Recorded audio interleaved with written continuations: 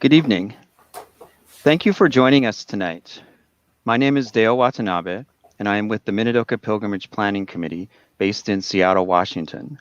Our group organizes the annual pilgrimage to the Minidoka National Historic Site in Idaho to remember and educate about the shameful chapter in American history of the incarceration of United States citizens based on race prejudice, war hysteria, and a failure of political leadership. Before we begin, I'd like to acknowledge that I'm speaking to you from Seattle, home of the Duwamish people, who were the original inhabitants of this land. The systematic eradication of their community was one of the first and subsequent horrible acts made in the name of expansion and divine destiny. I acknowledge the land's painful history and honor those that came before. Current events are spotlighting the continuing work our country must do to end racism. Children are in cages. Attacks on legal immigration via executive orders continue. COVID-19 has magnified the inequality in our country. Fear of the other is killing us. Systems set up to serve and protect are in fact hurting and killing the innocent. Black Lives Matter. This month of June and this week in Seattle is Pride Month, and although a recent decision was made to support LGBTQI equality via the Supreme Court, the fact remains that there are many parts of this country and our world where LGBTQI individuals can and are still being fired from jobs or killed because of who they are. Tonight, for our second installment of Book Club, we are going to talk about a book that has brought much attention to an important part of American World War II history. It is a story about race and prejudice in a time of war and how it impacted ordinary people. I'm joined by author Jamie Ford, author of the bestseller Hotel on the Corner of Bitter and Sweet. Jamie Ford is the great-grandson of Nevada mining pioneer Min Chung, who immigrated from Kaiping, China to San Francisco in 1865, where he adopted the Western name Ford, thus confusing countless generations. Jamie's debut novel, Hotel on the Corner of Bitter and Sweet, was a New York Times bestseller, an IndieBound Next List selection, a Borders Original Voices selection, a Barnes & Noble Book Club selection, Penny's pick at Costco, and a Target Book Club pick. Hotel on the Corner of Bitter and Sweet won the 2010 Asian Pacific American Award for Literature and has been translated into 35 languages. Published in 2009, the book had a re-release in 2019 celebrating its 10th anniversary. Jamie, thank you for joining us and being a part of this virtual experience for 2020. Thanks for having me. I love that you mentioned Penny's pick at Costco. When Hotel was chosen as their book, what happens is you get flown to Seattle, which is Costco's headquarters, and you have dinner with Penny. And while I was having dinner with Penny Yoncello, who's their primary book buyer, we realized we were both at the same Van Halen concert in 1984. So it's a very strange world in the book world out there. But yeah, I'm delighted to be here with everybody. And then you mentioned a lot of current events in your introduction, and it's interesting when the book came out. There's a Q&A in the back, and there's a question about did I think something like the Japanese internment of Japanese Americans could ever happen again? And I said, really, probably not. And 10 years later, I've had to change my answer a little bit. And so perhaps we'll get into some of that. But I'm looking forward to the discussion and answering everybody's questions. Excellent, thank you. And thank you again for bringing attention to this chapter in American history. And in particular, just thank you for sharing the story of the division between the early Asian immigrants in this country. As Jamie mentioned, we are going to allow some time for questions from the audience. So what we would like to do first, though, is I'm going to ask a few questions to Jamie, and then we'll allow time at the end or the second half of the program for your questions. So please go ahead and type your questions in the chat, and Marie will help follow that thread. I do apologize in advance because we are limited in time, that we may not be able to get to all of your questions, but we will definitely try and answer as many as possible. So, so Jamie, having grown up kind of in the Beacon Hill neighborhood, what I really like most about the story, especially the way that you painted it so vividly, is the description of early Seattle, the Chinese, Japanese, and Black jazz communities, and the division and blending between them. What made you decide to tell the story through that lens? Oh, in many ways, the book is a love letter to the old neighborhood. It's a neighborhood that is near and dear to my heart. It's my father's neighborhood. It's my grandfather's neighborhood. And I always felt for that part of Seattle. Seattle experienced this economic explosion, and it seemed like everything around the ID was exploding. And then there was this pocket here that, for one reason or another, didn't experience the economic prosperity that the rest of Seattle was experiencing. And some people are fine with that. They're not ready for change, and I respect that. But regardless of which type of opinion you have, I just love that area. And when my dad passed away, I felt a desire just to explore his childhood, his experiences, because when you lose a parent, once that door is closed, you can knock, but no one's going to open up and answer your questions. And so the book became really an exploration of my father's life. And in that, a lot of father and son dynamics came out on the pages of the book. So it was kind of a Dr. Phil moment for me in a lot of different ways. So you mentioned your father. So what sort of research did you do for the book, and how much had you heard about the story of incarceration before becoming interested to write the story? Did your father have stories about the incarceration as well, or? Yeah, I took for granted that because growing up in the Northwest, we have an institutional memory of the internment that diminishes as you get to the East Coast. I just assumed everybody knew this chapter of American history. It was a shock to go on tour and meet people who had never heard of this, including people who were high school history teachers. The research began, a lot of different ways. I like to collect ephemera from the time period. So I need to see what the neighborhood looked like before the interstate cut it in half. So I bought old maps, and I bought old phone books and old yearbooks.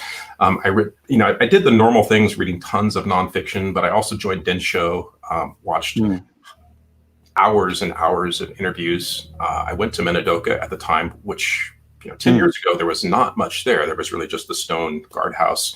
And if you knew what you were looking at in the topography, you could kind of make out things. I met with people and interviewed them. I interviewed a activist named Doug Chin. And when he didn't know what I was working on, he just knew I wanted to interview him. And he suggested, why don't we have tea at the Panama Hotel? And that was just perfect. I did a lot of research at the Wing Luke Museum, which is just, that's sort of like the repository of the shared experience of growing up in that area. And ultimately, I went in the basement of the Panama Hotel. I called the owner. I didn't have a book published, so I just sounded like a crazy person calling her up. Hey, I want to go in your basement. And she just, kind of put me off. And then I flew to Seattle, and I just basically camped out in the tea room of the Panama for a whole day. And then she finally acquiesced and was just like, okay, what's your deal? And I'm like, I'm writing this book. I really want to talk to you. And she said, well, we do tours, but a minimum of 8 people. And I said, okay. And I paid for 8 and I went on the tour by myself. And that's when Jan realized I was really, You were serious about I this. was serious about this. I was serious or I was crazy. And then we ended up spending about 3 hours in the basement just talking. And that's just kind of the tip of the iceberg of the research. So did you know that there were belongings in the basement of the Panama at that time? Yeah, yes and no. I knew that belongings were stored at the Panama. I didn't realize they were still there. So I began Okay. writing this book. I remember there was an article in like Sunset Magazine or something like that in the 80s that featured the Panama Hotel. I didn't realize it was still there. And when I realized it was, I had the same reaction that a lot of readers do. It's this sort of taken aback moment. As far as my knowledge of the internment was very broad at the time, and it wasn't very deep. I had been to the Puyallup Fairgrounds a bunch of times. I didn't realize that was a temporary facility. I worked for the Bainbridge Review right out of college for a couple of years, and the original editor, Walt Woodward, came back to write a column for us at the time, and I didn't know who he was. Our editor was so excited that this gentleman would come back, and I'm a 21-year-old kid. I'm like, okay, I don't understand. And my editor's like, sit down. Let me tell you about this man, and let me tell you about this community. And so there were level upon level of this story that were definitely made manifest to me as I did the research. So you mentioned going to Minidoka, or to the site at Minidoka. Can you tell us about how that felt, or any particular feelings that came from visiting the site? I've been there several times now, but the first time I went, I was expecting more. Not because I need to see things, but it was this. There were thousands and thousands of people here. And at the time, there was very little acknowledgement of what that place had been and the people that occupied that. And so it felt very neglected, almost swept under the carpet. And also it was, sort of green because it had been irrigated. And I knew historically it was dry farmland. And it must have been 1,000 times more inhospitable than it is today. Well, yeah, having worked on the pilgrimage for a number of years and going every year for the last, 8, 10 years, something like that, it is pretty amazing to see the developments that have happened at that incredible. site. It's incredible. It's and it's a long time coming. Yeah. In rereading your novel, because to prepare for this, I decided to reread it and purchase the 10th anniversary edition. So I appreciated all the extras. For those of you that don't have the 10th anniversary edition, there's a lot of extras that are at the end of the book. I really enjoyed the interview that you had with the girl in the photograph. And as you mentioned, the question and answer section that is at the end of the book. But in reading it again, what really struck me, and what I just want to tell you, that as an Asian American that grew up that came out wrong, but I grew up in the United States. What I really love about the story and about the way that you told it is there is no white protagonist. And so often in stories that are in the media or popular in the media, there is sort of for lack of a better term, the white savior of the story.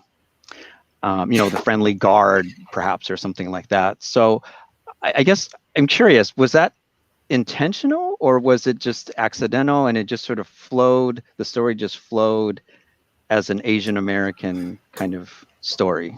I think it just flowed as an Asian American. There was an awareness that when I was writing this book, I wasn't sure if there was any place on the bookstore shelves for me, because I didn't see a lot of books like this. There's Amy Tan and Lisa C. And there's there's books out there, but they often get marginalized into this little subset of literary fiction. And so I wrote the quote that I like to to think about is a quote by Harlan Ellison. He said, "You should write for the wisest, wittiest, most intelligent audience in the universe. Write for yourself." And so I wrote the book that I wanted to read. And I wanted to explore the history of the neighborhood. I wanted multicultural characters because that's where my interests lie. And that's the experience that I have. And that's what I can put on the page that is perhaps unique to me. Before Hotel, I tried writing another book that had no Asian American characters because I thought that's what the world would publish, and it was just terrible. And it wasn't my voice. It was me pretending to be someone I was not. And I had to just give that up and just be who I am. And if no one ever bought this book, at least I would, I would feel authentic in writing it. What was there any pushback because the book was sort of centered, not just with an Asian protagonist, but also in kind of the, I don't know how to describe it, but with the Northwest not being the most popular, or Seattle even being the most popular city in the country, so I don't know, was there any pushback for that maybe hey Jamie, can you move the story to San Francisco or something like that? There wasn't pushback like that. There was an editor. There were several editors who were interested in the book, and there was one editor that wanted me to write with a Chinese surname. My last name is Ford. My family name is Chung, and that just felt. I mean, it's confusing sometimes because people want to know how I got the name, but it makes for an interesting story. And it's part of the assimilation of my family, and everyone's immigrant family has their own story. And so I didn't want to, again, that felt like being somebody I wasn't, to write it as Jamie Chung or Jamie Ng or something like that. Sure. As far as pushback, with the book, Random House, they embraced Henry and Keiko and Sheldon with open arms. They were fantastic. And the publishing world is very white, but I was very happy to step off the elevator on my first trip to Random House and to see people of color on the editorial floor. It may have just been my the people that worked with me, but they really supported it. It was a different experience in Hollywood because there was a lot of pushback there, and that's a whole other story. Is Scarlett Johansson going to play Keiko? Yeah, right. Okay, sorry, I had to go there. Yeah, no, you're not far off. I mean, and luckily now it's been optioned by some great people, and I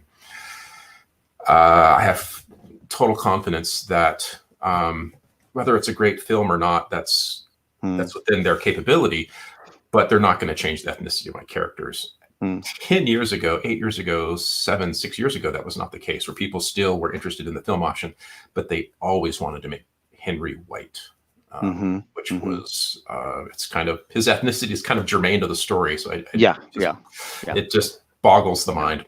Yeah, a white actor wearing a button that says "I am Chinese." Right. Yeah. Right.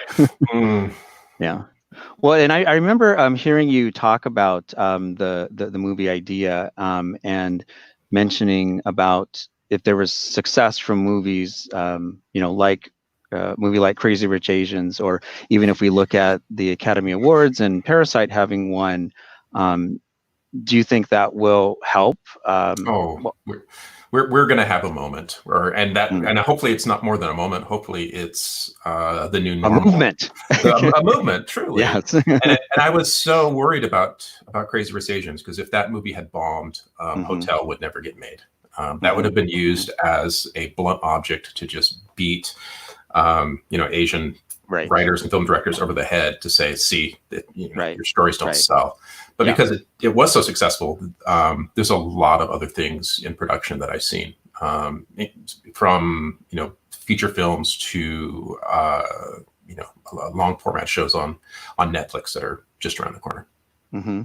And did I read something about there's a musical in the works as well? Yes, I love musical theater. Love it. Oh, okay. I love musical theater, and a couple Japanese American producers. Both of them had family who were in various various camps. And one, Paul Fujimoto's from Seattle. He went to the same high school my dad went to. I mean, he's from the neighborhood. It just felt like the right people with the right talents taking it on. They had a couple developmental performances in New York, and there's a partnership with the Fifth Avenue. And the plan was for it to be part of the 2021-2022 season at the Fifth for a premiere. Oh, uh-huh. COVID has probably pushed that into, I'm not sure. But I have heard the music. I've seen it performed live in a little developmental theater in New York City. I was, when they optioned it, I love musical theater. So when they optioned it, I was really worried, but they sent me some demo songs. They brought in Broadway kids. And when I pressed play, I just ugly cried all over my keyboard. I was so happy. They really, they got it. They know what they're doing. I'm really impressed with the folks that are working on it. Oh, I love hearing that. That makes me very excited to go see it. I did see the Book It Theaters production, and thought they did a good job with the material. So I was happy to see that. But I never would have thought of it as a musical, so I'm very excited to. Yeah, there's a whole song just about mochi. I mean, they're just going for it, and it's very serious, but it's also light, and it's one of those things where there's comedic moments, but at the intermission, you look around and everybody's crying. So they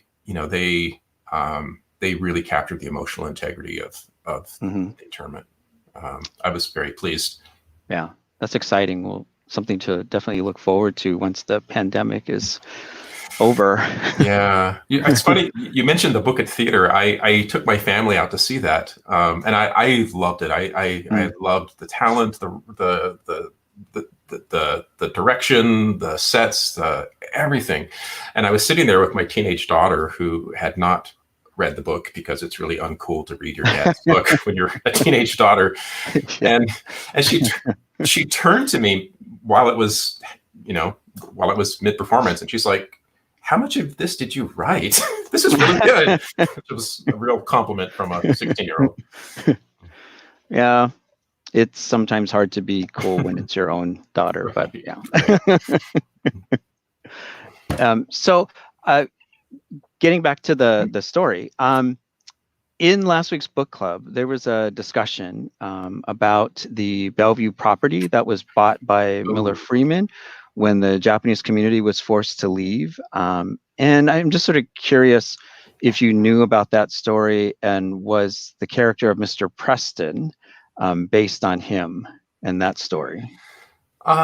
He's not based on him, but he's based on probably a gaggle of businessmen just like him at the time. Okay. It might have been a little too on the nose if I change his name to, something adjacent to the actual man's name that bought the land that the Bellevue Square is on. And again, that was one of those areas I had a vague understanding, but as I did more research, suddenly the inequity becomes really apparent, and the before and after of what happened to the neighborhood, and how so much of that property found its way into the hands of people who were not, right. They weren't Nisei. They were people that saw Japanese Americans as competition and started the Anti-Japanese League in like 1912 and had been fighting this battle for decades and leading up to it, and just, just waiting for their moment. And then they got it later. Yeah. So you kind of mentioned a little bit about this earlier, but in your travels and talking about this book, just across the country, and have you had questions or had to explain about historically accurate or the descriptions are, or the incidents or events, or do people understand that it's fiction based on fact? When I first workshopped the short story that became the book, I was at a writing conference, and one of the guys that was critiquing it didn't think this happened. He thought I was making it up.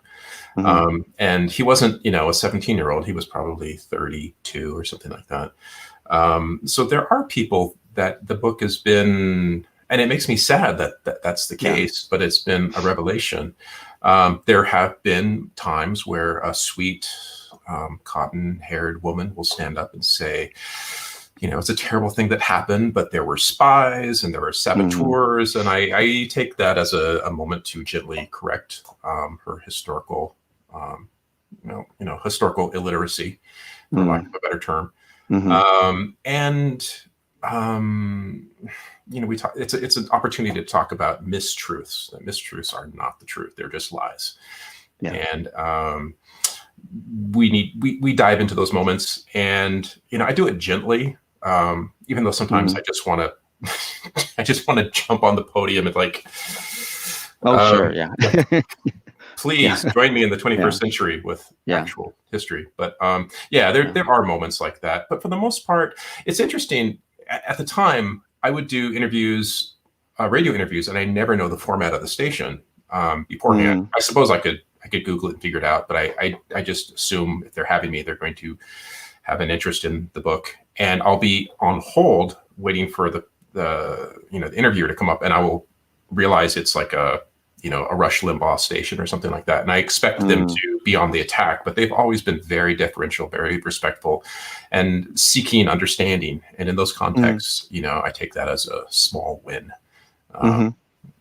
Whatever positive I can find in those moments. Yeah.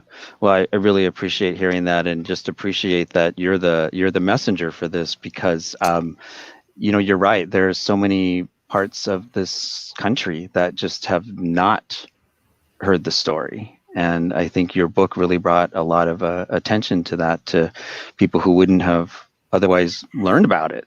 Yeah, so it was a surprise even to me, because I just, like I said earlier, I thought this was fairly well understood. And I just took that for granted growing up in Seattle. Yeah, that would be me too. Right. So recently, I think there's like a lot of Nisei and camp survivors and their families who are beginning to write stories about their experience, or even how the incarceration experience impacted their family. And we probably have quite a few of those out there listening to us today. So do you have any words of advice for someone who's starting to write a story like that? Just shamelessly put your whatever self-doubts you might have, self-critiques, just do it. It's so important to get these stories out, if only for your family, for your community, for the historical record.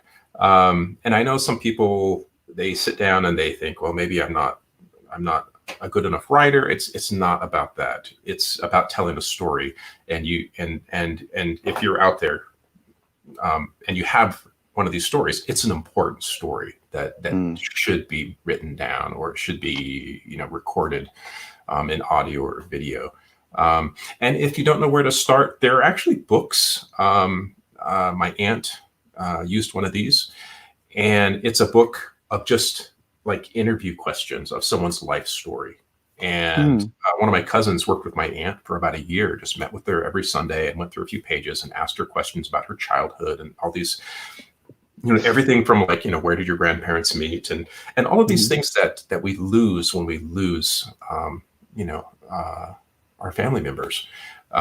And I just think it's super important. And I record a lot of my own things just in a journal and stuff like that. And it may not mean a lot to anyone now, but maybe when I'm gone, hopefully my kids will look at those and have a better understanding of where I was coming from. I just think it's just really important. And younger people are so self-absorbed. When I was in my 20s, I was so self-absorbed, and I'm doing my own thing and my own career, and I didn't take the time to really interview my grandparents the way I should have. And it's one of the one of the lasting regrets of my life. So definitely do it. I'm sorry. You just made me a little emotional. I think we've all, completely understand, and we've all sort of been there.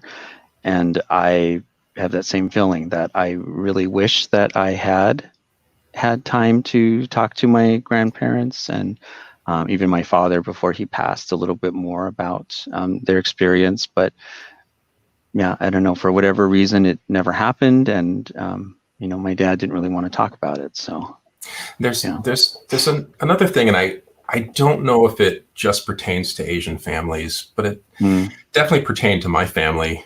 And is if mom and dad don't talk about a certain subject, we children pick up on social cues and we won't ask. And so there were things that I always wanted to know about my grandparents, but I was going to be a good grandson. I would never ask something that would make them feel uncomfortable. And so there's a certain respect that you have to navigate as well. So it's very difficult. I make it sound like it's really easy to do, but I think in most families there can be a lot of emotional pain or loss, and sometimes people just don't want to talk about it. So proceed with tenderness. Yeah. Well, and I think you've paved the way, Jamie. Oh, thank you. And shown with writing with authenticity, I think it speaks volumes. So I am aware of the time, so I do want to make sure that we can go ahead and take a few audience questions. So that'd be great. I know Marie is backstage, kind of looking at questions. Oh, and I'm going to take a photo here. There. Oh, okay. So let's see. We were emailed a question from Karen in Seattle. Most everyone in my book group thought the ending was abrupt, and we were left wanting to know what happened. Did they get together? What was your what? That's okay. I know what they're asking. Oh, okay. And I do get this question a lot. Like, why does it end like that? It's interesting. I gave a talk at University of Connecticut, UConn, and someone asked this question, and there were faculty there, and one of the music faculty stood up and he said, "Well, it's obvious why he did that. Classical jazz always ends on an open note." And he ends the book on an open note. And I thought, that sounds really smart. I'm going to use that as my answer someday. That's not the real answer. I wanted to end it at a moment where the story is beginning in the book, in a way where a new story is going to happen. And that story is going to happen in the imagination of the reader. And I like those types of endings, I guess. It's how Casablanca ends. Are Rick and Ilsa ever going to see each other again? We don't know. We're left hoping. And so I'm an optimist, and so I tend to think in another parallel universe, Henry and Keiko are together right now and living out their best days together. But I don't know if I put that on the page, it would resonate as strong as it does as kind of an open-ended question. But it's a personal preference. I know some people are like, where's the rest of the book? And other people think it ends just in a perfect moment. And it's and everybody's right, because they're entitled to their own opinion. Exactly. Well, and I've heard that saying before that you leave them wanting more. Yeah, and it's not because I'm going to write a sequel or anything like that. Mm, That's not a consideration. I just the bulk mm, of the story is set in the 40s, and it is about the mhm, internment, and it is about mhm. loss of a community. And Henry and Keiko's story and their continuing journey together is a whole other story. Right. Right. Excellent. Thank you, Karen. Yeah, thanks, Karen. And oh, did Dale and Jamie coordinate outfits? Wait, So we I got to have do like a this high five or yeah, something. yeah, yeah. Wait, wrong Wait, side. wait. This side. Other Yeah. side. Wait, I Other side can't of the cake. figure out which. Okay, there we Okay, there all we right, go. there There we we go. go. Okay. So I don't remember where I read or heard this, but I do know red is your favorite color. It is. It is. So that's why I am wearing a red Thank shirt. you. Yeah, I just, it's funny if you get into a corporate world, you tend to wear blues and grays and things like that. And Mm. I work in a home office. I can work in my pajamas and a Mariners hoodie and Batman pajamas as much as I want, and wear as much red as I want. So that's why I do it. We could also say we were trying to confuse people so Yeah, that they right, didn't know which was which, who right. was who. Thank you for that question. So how could reading your books Mm. increase empathy? Oh, you can read already. Okay, I for like to. different races and backgrounds. Oh, this is a very good question. I love this question. Um, I stepped back and looked at that book, and then I look at society, and there's definitely an empathy deficit in our culture right now. Mm, And I look at a book, not just Hotel, but a lot of different pieces of art, whether that's film or a stage musical or music or a novel. And if it mm, does address, um, you know, people of color in a genuine way, um, and you and and that the book, the primary reading audience of Hotel is probably our Caucasian people. mm, A Middle America book club in someplace like Minnesota or something. mhm, And so it's it's sharing an experience with someone that's outside of their own experience. And I think when you do that, the book becomes like an inoculation. You inject the book into the bloodstream of America, and hopefully you're inoculating the next generation against bigotry and intolerance and mm, racism and things like that. That's my aspirational wish. mhm, But I think the next generation will grow up having that, having, for decades and decades and for generations, people read books and listened to music that was a mirror. It reflected them. And I think mm. books really should be a window to see someone else's experience. And when you do that, you exercise your empathy muscles, and I think it makes the world. Uh, I think it makes the world a better place, makes Mhm, communities healthier. I think. mhm. Yeah, I would totally agree with that. As I mentioned, growing up on Beacon Hill, it's like it was a very diverse neighborhood, Yeah. and just even on our block, we had African American, Chinese American, Filipino American, Japanese American. It was pretty mixed. So from elementary school onward, I had friends of many different races. Hmm. Yeah. Yeah, and that's why I love that neighborhood, Hmm. and unfortunately, sort of, you take a historical step back and you realize that all of these Why we people were of all color, there. yeah, we're there because of Yeah, redlining yeah, and exactly. covenants Yeah. on houses, not allowing non-white people to buy them and things like that. But Right. but it Right. did create a really diverse, vibrant community that, you know, Yeah. for the most part, still exists today. Hmm. Hmm. Yeah. Thank you, Elizabeth.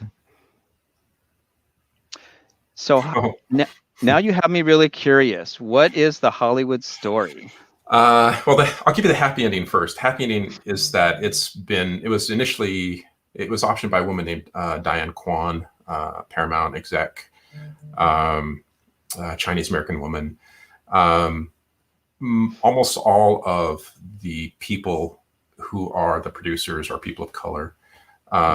This and women. All of the producers, with the exception of George Takei, are women. So there's the underrepresented people in Hollywood are very well represented in the production of this film, which I'm very excited about. And having Uncle George on board as an executive producer that really protects the product from some Hollywood wacko wanting to make Henry white. That being stated, all of my early meetings in Hollywood, Henry wasn't a character. He was a vehicle for a bankable star. And for large Hollywood models, it's less about the story and more about the arithmetic. If this character, we can pay him, or this actor, we can pay him 10 million and he's going to make 20 million, and that's a win. And the story is almost an afterthought. So they kept looking at Henry and wanting to replace him with because there are no known at the time Asian American 12-year-old actors. Now we have a handful, but back then they looked at it like a Rubik's Cube. They couldn't solve it. They had to get a bankable star, and that was always a white person. And luckily we had, about time we had that Oscar moment where all of the major categories were all Caucasian people: director, producer, screenwriter, actor, best, everybody was white. It was just this whiteout year. And it forced the Academy they retired like 1/3 of their voting members and brought in people of color. And since then, we've seen suddenly all these productions that are much more diverse and representative of the true landscape of America, which I think is super healthy. But it even manifests with the option for the musical. My film agent, powerhouse film agent, who also handles the musical rights, and she didn't mean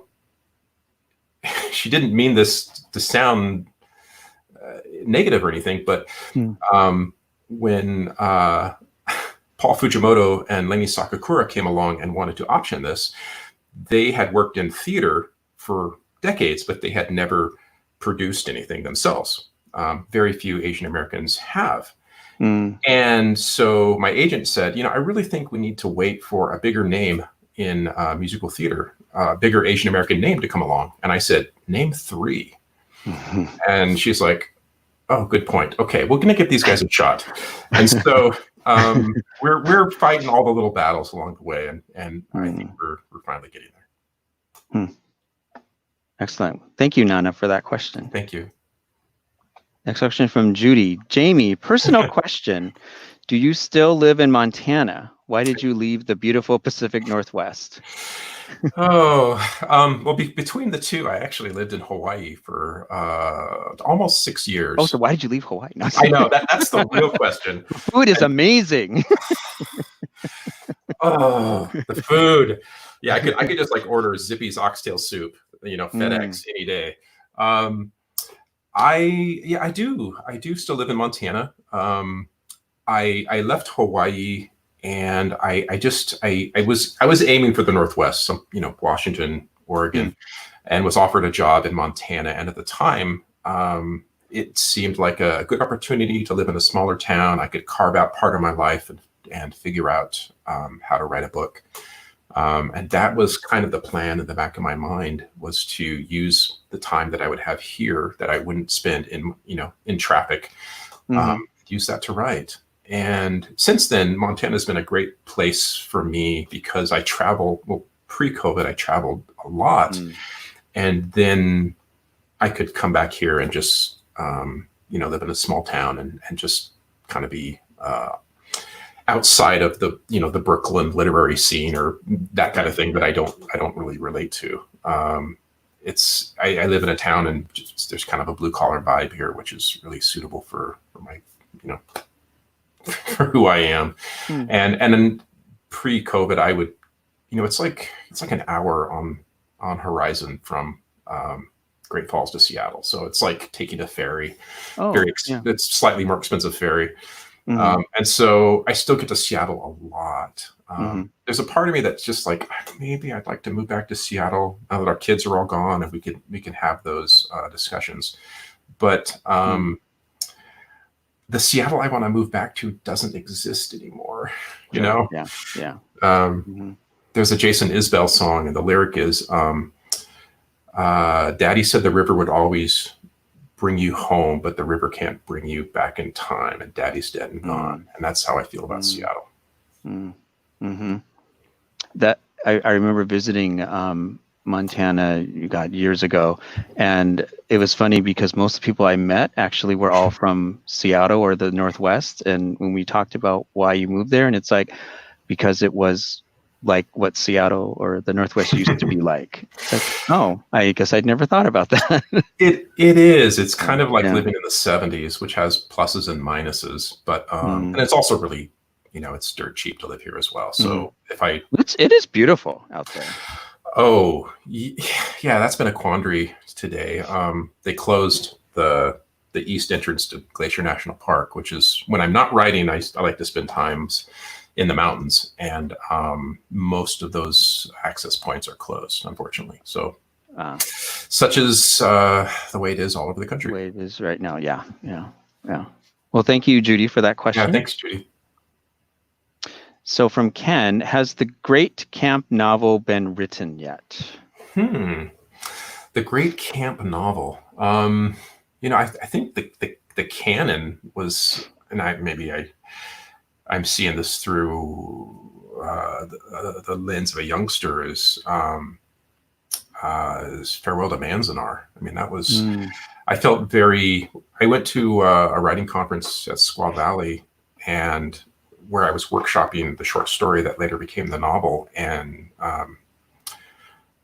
Jean Wakatsuki Houston was there with her husband at the time, and she wrote Farewell to Manzanar. I was so intimidated, I didn't talk to her. I was intimidated. I was intimidated at everybody. Amy Tan came and asked if she could borrow my laptop, and I was just like, "Whoa, you can have it. Take it." And then she sat in the corner and watched Will Ferrell videos. It was a very unusual moment, but it kind of shows you the personality behind what's really going on with Amy. But yeah, I'm not sure if it's been written yet, honestly. My book is from the point of view of a Chinese American boy, and while it does chronicle the internment experience, it is from that perspective, and so I think it may be, someone might be writing it right now. Yeah, and I don't think the question was directed at me, but I kind of have thoughts on that too. So because having visited the pilgrimage, and we bring a lot of survivors back, I have learned over the many years of just having one-on-one conversations with survivors is the story is so different for each person. I think each generation. And the narrative, it will change because we have basically survivors now who were children at the time, and it was a very different experience from the Issei or the first generation. So yeah. But I appreciate your answer on that. So thank you, Ken, for that question. And that, it's almost like that story, it's a worthwhile exploration of the different experiences between the Issei and the Nisei. And then the Sansei, who's trying to reconcile what happened to their parents and grandparents.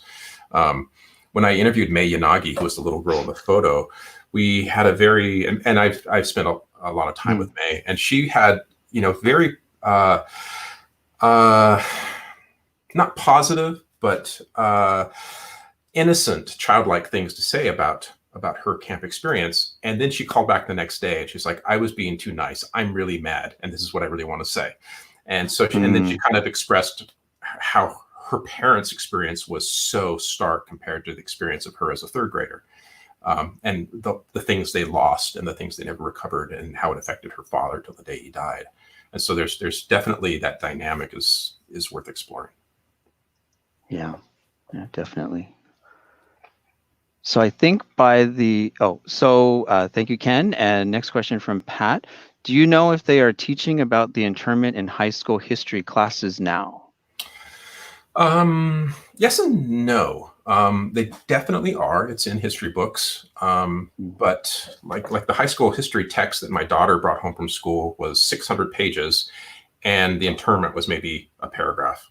Mm. And that's a problem for me, because some history is more important than other history, and that's more important than who invented a widget on a steam engine or something like that. Granted, there's an engineer at home who's screaming because that widget changed the course of history, perhaps. But so it is in the books, whether it's being taught or not, it varies. But I know a lot of high schools are reading Hotel in the classroom, and I Skype or Zoom with those schools all the time. I probably will Skype with 10 or 20 per year classrooms, and then they go on field trips, and like Garfield took their entire freshman class down into the ID and went through the Wing Luke and went through the Panama, and I think that's a wonderful application of history. And again, we kind of have a generation of historical and cultural literacy, and I think this next generation is definitely on top of that. Okay, thank you, Pat. So I think we have time for one more question. So from Casey, why do you think internment is such an underrepresented subject in fiction and media, especially compared to other major historical events that have been covered multiple times? The short answer is the publishing industry is too white. It's a regurgitation of white stories over and over and over again. And I think in the last 10 years, maybe 15 years, that's changed. And books like, The Kite Runner about Afghanistan are I think the appetite among readers it used to be, again, it's that mirror versus a window. It used to be the mirror. And now I think people, they want to read something that is not just entertaining, but educational and enlightening. And it removes the guilty pleasure of sitting down and reading a book for 6 hours or something like that. I mean, it never should be a guilty pleasure. It should just be, allow yourself to read. But my grandmother used to watch game shows. She used to watch The Joker's Wild. And she said, because it's educational. Like, okay, if that's what you need to say to feel better about it. And I think if you read a book where you're going to learn an aspect of lost history, perhaps, one, it removes the guilt of just spending all your time there, but also you walk away with something other than entertainment. You really enlarge your perspective on society. It's underrepresented for a generation just because all the publishers and editors and agents were Caucasian, and it wasn't that long ago. It was maybe 12 years ago. Major bookstores had a section for African American fiction, so they would take books out of literature and put them in their own sort of corner of the bookstore, and it wasn't even like they didn't even realize what they were doing by not considering it part of the canon of American literature. And so those days I think are behind us, but we got to fight to keep them behind us. Yes. Yeah. Well, Jamie, it's hard to believe. It's been a pleasure. It's been a pleasure, but that is our time. I just want to thank you again for spending this evening with us. Oh, thank you. And for our viewers out there, there are other works by Jamie Ford as well, featuring strong Asian American protagonists, songs of Willow Frost, and Love and Other Consolation Prizes. So please do check those out as well. So Jamie, thank you so much. Thank you. Be safe, everybody. Be well. Bye.